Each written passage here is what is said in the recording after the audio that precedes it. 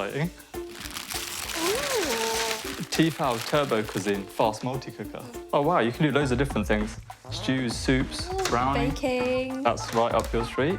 Up to 3 times faster cooking compared to using gas or electric hob. It's quite smart looking. Yeah, and I like this one control that manages it all. Oh, this is perfect. Yeah.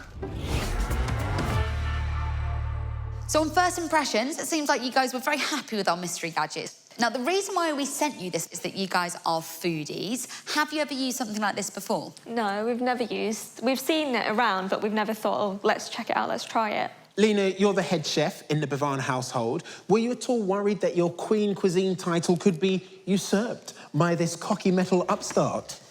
I wasn't worried. I just thought it might have helped, you know, make the food taste a little bit better, but I don't really want to share that title. Of course you don't. Fight for it. So let's see how they got on when they filmed themselves using it for an entire week. So we're just on our lunch break and we've just realised that the pot has an app and it has different recipes that you can have a look at. So we've already measured out the ingredients and chopped all the veg. What was it called? 1 pot pasta pizza style. It says the cooking time's actually 4 minutes. Ooh, that's really quick. So we're currently around 12 minutes since we closed the lid and it's still in the preheating stage. Taking quite a while now. Okay, so after 16 minutes preheating and 4 minutes of cooking, we just heard a beep to let us know that's done. Shall I hold it and you twist it? Oh, actually, do you have to take the pressure up? Yeah. There we go, okay. Oh, that looks quite nice. We did really enjoy that. It was really tasty and I would make it again. In terms of like ease and just not having to watch the pasta boil and then cooking the sauce separately, I think this was really good. So today we're going to be making some porridge. That's milk, banana. Oh wow. Okay, so we added a bit more milk. It actually tastes really nice. Yeah, it tastes really good. So I'm prepping for a leek and potato soup. Both of us are quite busy today, so we thought if we put it on a timer setting. And when we come down for lunch, it'll be ready. First, stir fry the leeks, garlic and rosemary. Then you just have to add in all the ingredients. What should we delay it for? About 3 hours, 40 minutes. And perfect. Hopefully at lunchtime this should be done. Smells nice. We now need to blend it. And it's looking really good. This is another winner? Yeah, this is a winner for me. Yeah, same. Yeah. Dinner time, and we have found a lentil dal recipe on the app.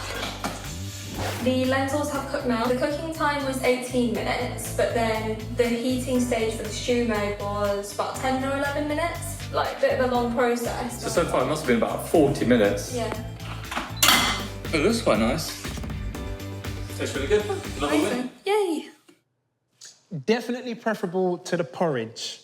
Rather dry, that porridge. Yeah. So most of the recipes turned out quite well, but sometimes it took a little bit longer than you hoped. Yeah, I think the recipes were kind of hit and miss. We had to change the ingredients or change the amounts quite a lot. But yeah, it kind of depends what you make, I think. Yeah, that's consistent with our experience of one-pot solutions. The recipes that come with them do need tweaking to your taste. Now, we sent that tech out to you because we know you're foodies, but we wanted to help you save time when cooking.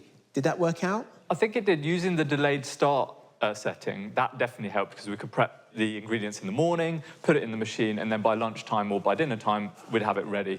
The only downside is that with the preheat phase, that can take quite a long time. So if you're cooking there and then, you end up having to wait an additional kind of 10 or 15 minutes just to let it heat up and then the cooking time on top. Right. Frustrating when you're hungry. Yeah. No doubt.